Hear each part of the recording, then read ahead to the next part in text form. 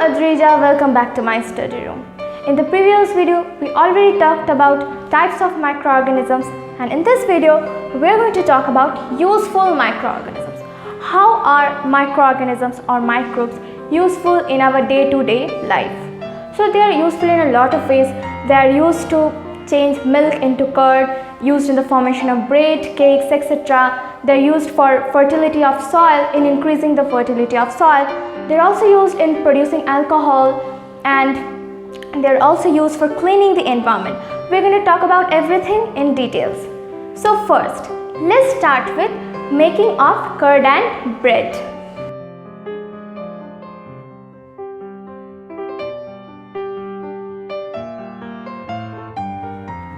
Not only making of bread, making of cakes, etc. So first, let's talk about making of curd. How is curd formed? Curd is formed from milk. Milk changes into curd. So how will milk change into curd? It will not change magically into curd, right? So we need to put bacteria. Example, lactobacillus. It is a very important term, lactobacillus. So when we put bacteria in the milk, it changes into curd. How does it change into curd? Milk contains a sugar, okay, known as lactose. So the bacteria or lactobacillus, it changes the lactose into lactic acid. So the milk turns acidic in nature and it coagulates, means it comes together and it forms curd. I'm saying it again. Milk contains a sugar known as lactose. When lactobacillus or the other bacteria are put inside the milk, the lactose changes into lactic acid. Lactic acid is an acid, so the milk becomes acidic in nature and it coagulates, the proteins coagulate to form curd. Okay, this is how curd is formed. So microorganisms play a very important role in making of curd, right? Lactobacillus bacteria is the most important thing in making of curd. So now bread. How is bread formed? Not only bread, cakes, even idlis and dosas. So how are they formed? There is a fungi known as yeast, okay? Yeast is very important in the formation of bread, cakes, etc. So before learning about how bread and cakes are formed, we need to learn about a process known as fermentation. What is fermentation? The process by which a microorganism, any microorganism, transforms carbohydrate into carbon dioxide and alcohol is known as fermentation. I'm telling it again.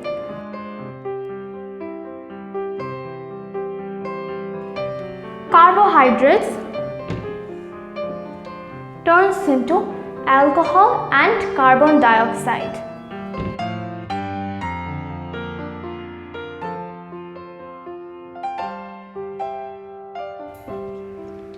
Okay, carbohydrates turn into alcohol and carbon dioxide by the help of a microorganism.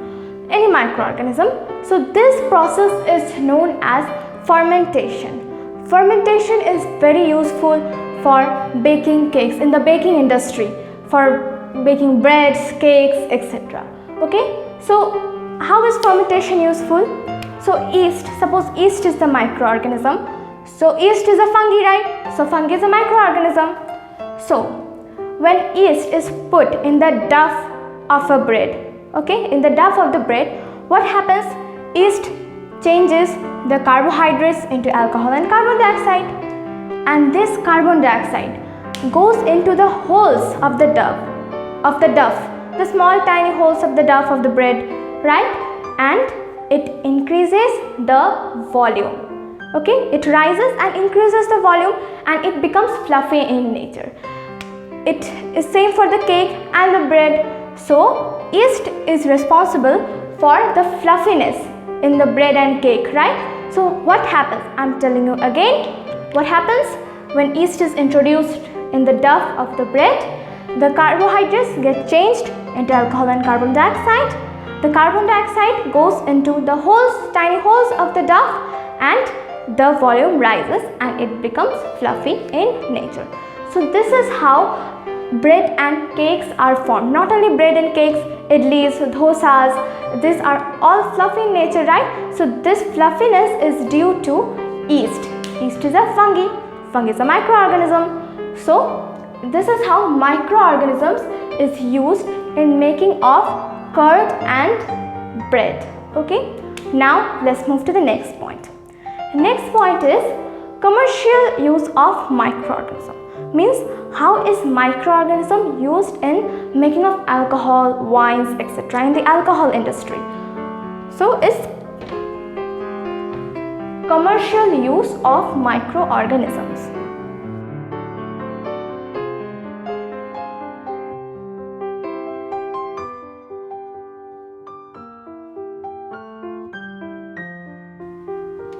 Commercial use of microorganisms. So, how is microorganisms or microbes responsible for making of alcohol, wine, etc.? Same, by the process of fermentation. What is the process of fermentation? Carbohydrates changes into alcohol and carbon dioxide, right? Same happens in alcohol industries. The carbohydrates, they change the carbohydrates into alcohol and carbon dioxide. The alcohol is used to produce wines, etc. So over here, in the alcohol industries, the natural sugars are especially used. Not just any carbohydrates, natural sugars like grapes. Grapes are used to make wine, right? So grape is a natural sugar, and then rice, wheat, barley. These are also used for making alcohols in alcohol industries. Okay? So microorganism is very important, right? Because yeast only transfers the carbohydrates into alcohol and carbon dioxide. So over here also microorganisms is responsible for making alcohol, wines, beers, etc. So this is the commercial use of microorganism. Now let's move to the next one, that is the medicinal use of microorganism. How is the microbes used in the making of medicines? Okay, so medicinal use of microorganism.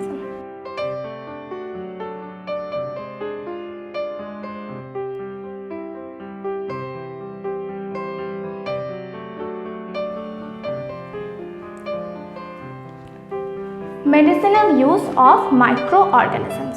Okay, so how is microorganisms used in the formation of medicines? When you fall ill and go to a doctor, the doctor prescribes antibiotics, right? Antibiotics and capsules, even injections like penicillin, etc. Right? So the source of these medicines are microorganisms only. What happens when these antibiotics are taken in? They either kill the microbe, the harmful microorganism, means the disease causing microorganisms, okay? Either they kill the microbes or they stop the growth of the microbes. What are these medicines? Antibiotics. So microorganisms play a very important role in the formation of antibiotics. Microorganisms like bacteria and fungi are used in making antibiotics, okay? Examples of antibiotics are streptomycin, tetracycline, erythromycin. So what are the examples? Streptomycin, erythromycin and tetracycline. These are some examples of antibiotics. Bacteria and fungi play a very important role in making these antibiotics. So microorganisms are required in medicinal purposes, right? Because bacteria and fungi are used in making these antibiotics, etc. So this is the medicinal use of microorganisms. And there is an important thing that one must take antibiotics prescribed by the doctor. One must not take antibiotics until and unless it is prescribed by the doctor. Or even if the doctor gives the proper dose, you must complete the dose. Suppose it is for 10 days, then you must eat the medicine for 10 days. You must take the medicines for 10 days only. So what will happen if you take the wrong dose or take it even if doctor has not prescribed it? Suppose you are taking it before, suppose it is not needed by your body, but you are simply taking the antibiotics. What will happen when you really need it? When the antibiotics is really needed, at that time when you will take the antibiotic, it will not affect as much, okay, if you have taken it before uselessly. Okay, so it will not affect as much. So one must not take antibiotics until and unless it is prescribed by the doctor. So this was the medicinal use of microorganisms. Now let's move to the next one, that is vaccines, making of vaccines.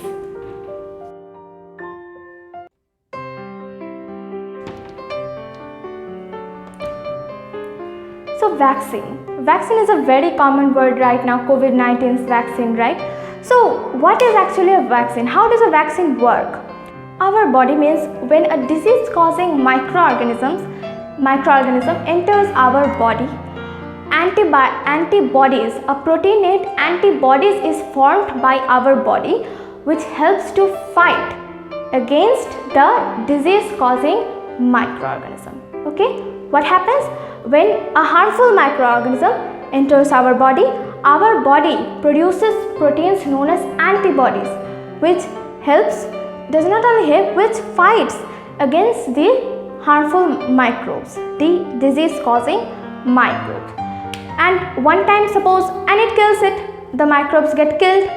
So again, after many years, if again that same disease causing microbe comes in your body, then the antibodies are present in your body. There is a memory, okay? Our body has a memory. So the antibodies are present inside our body, and when again the same disease causing microorganism enters our body, the antibodies simply kill them because they know which disease is coming in their body. Okay, so they simply kill them. So this is known as human immunity. What is immunity? The making of antibody to fight against diseases. We tell, right, we need to have immunity to fight against diseases. So that is immunity. Immunity is the antibodies that fights against diseases. So what are vaccines actually? Vaccine is a type of artificial immunity that is created in our body even before the disease causing microorganism comes inside our body. I'm telling you how it works. What happens in a vaccine? A dead or weakened microbes, the disease causing microbes. The vaccine of a disease causing microbes have a dead and weakened that same microbe. Okay, either it is dead or it is a weakened form. It will not be able to affect your body so much. So a dead and weakened microbes, the harmful microbe, is introduced to our body, is introduced to a human body. And then what happens?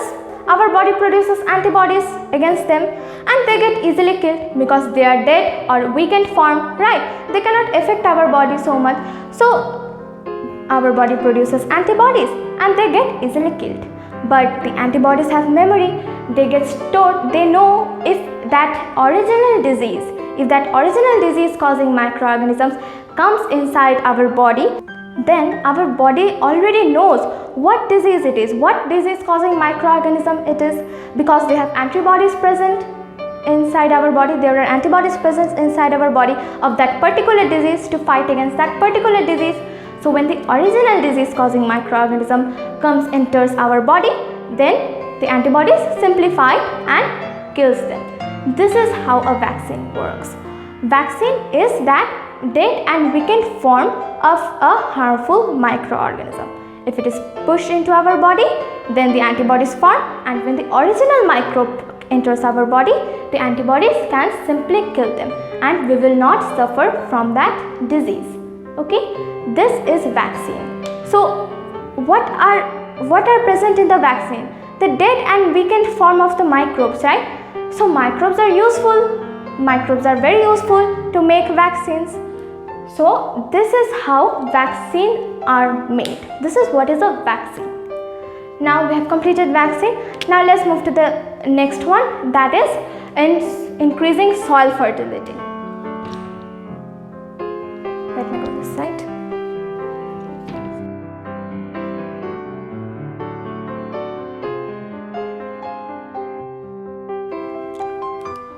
So we are going to learn about increasing soil fertility, about the details after some days in nitrogen fixation. Okay, but what is increasing soil fertility and how is microorganisms useful? So the plants cannot take atmospheric nitrogen directly. The plants requires nitrogen, but they cannot take atmospheric nitrogen directly from the air. Okay, So in some leguminous plants, what are leguminous plants? They are like example peas, grams, beans, etc. These are leguminous plants. In some leguminous plants, in the roots of some leguminous plants, there is some bacteria present. For example, rhizobium. Rhizobium is a very common name of a bacteria. It is present in the roots of the leguminous plant. And what does a rhizobium do? What does those bacteria do? They convert the atmospheric nitrogen into a form that can be taken by the plant. They transform atmospheric nitrogen, they convert the atmospheric nitrogen into nitrates, okay? And it mixes with the soil, and those nitrates increase soil fertility, right? If the nitrates come in the soil, so it increases the fertility of soil. So who is it being done by? It is being done by the bacteria, right? The bacteria in the root nodules of the leguminous plants. So this is how microorganisms help in increasing the soil fertility, increasing the fertility of soil. We are going to learn about this rhizobium, how it transforms atmospheric nitrogen into nitrates, and it is used by the plants in nitrogen fixation, okay, afterwards. So this was increasing soil fertility. And now let's move to the last one, that is cleaning the environment.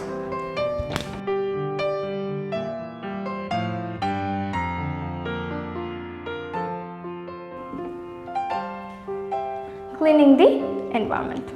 So how is it useful for cleaning the environment? Suppose if you put some organic wastes like fruits, vegetable peels, etc. in a pit, and after some days you will see that it has decomposed. It has completely gone away. What happens? It has decomposed into manure, right? Manure is very good for plants. So this organic waste decomposes into manure. How does it decompose into manure? It decomposes into manure by the help of microorganisms present in the soil. So it helps in cleaning the environment, right? If those microorganisms were not present in the soil, then what would happen? This organic waste would not have decomposed and it would have dirtied the environment, right?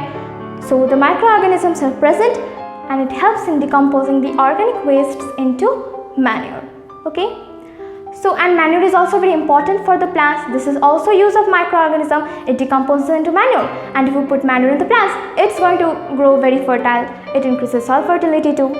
So this is the cleaning of environment. And microorganisms are also used in sewage treatment, okay? In sewage treatment, microorganisms are used, and they are also used in making biogas. Biogas is an organic gas which is made from fruits and vegetables, organic wastes. So microorganisms are also used in making biogas. So it also cleans the environment. So these were the use of microorganisms. How are microorganisms useful in our day-to-day life? They are making of curd and bread. Commercial use of microorganisms means making alcohols. Medicinal use of microorganisms, making antibiotics. Vaccines, they are used in vaccines, increasing soil fertility, cleaning the environment. In the next video, we are going to learn about harmful microorganisms. Microorganisms are also harmful in many ways. They cause different types of diseases, bacteria, virus, protozoa. They cause a lot of diseases, not only humans, in animals and plants too. And it even causes food poisoning. So we are going to learn about all the harmful effects of microorganisms in the next video. So stay tuned, and if you like this video, click on like button, and to stay with me, please click on subscribe button. Thank you.